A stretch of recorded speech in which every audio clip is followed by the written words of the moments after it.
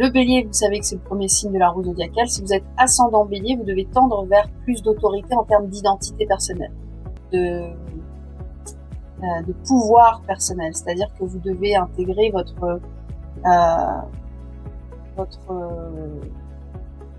votre équilibre entre l'autre et votre force vitale, en fait, votre force d'initiation.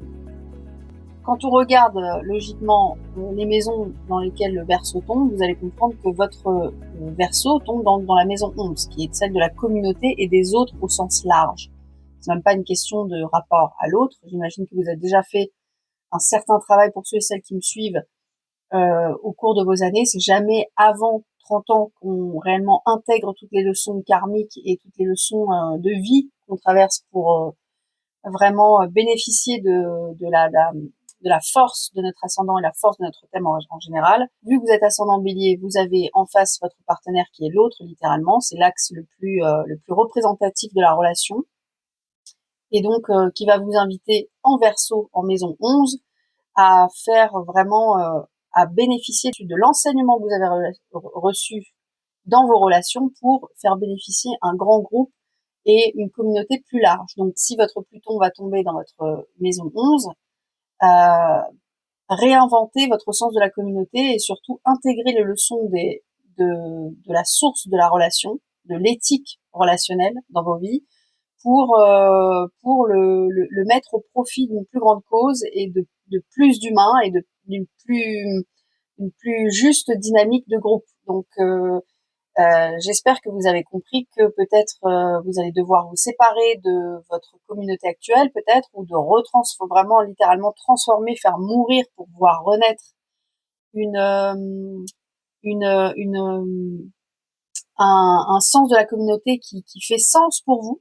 Maison 11 aussi, c'est la maison du globe, hein, de la Terre en général. Donc le soin que vous avez vis-à-vis de ce que vous entreprenez, qui est plus grand que votre petit ego, qui est plus grand que votre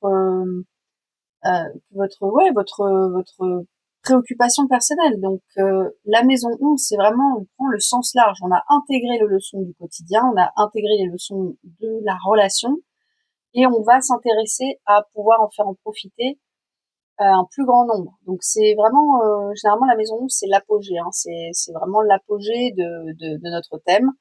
On se dirige vers l'accomplissement total de notre vie, corps, âme, esprit. Ça réunit ces valeurs-là. Vous allez vous intéresser à la terre davantage, d'une autre façon. Donc ça va peut-être complètement renverser vos valeurs qui à ce jour étaient beaucoup trop personnelles peut-être ou beaucoup trop old school, hein, finalement, old school. Voilà.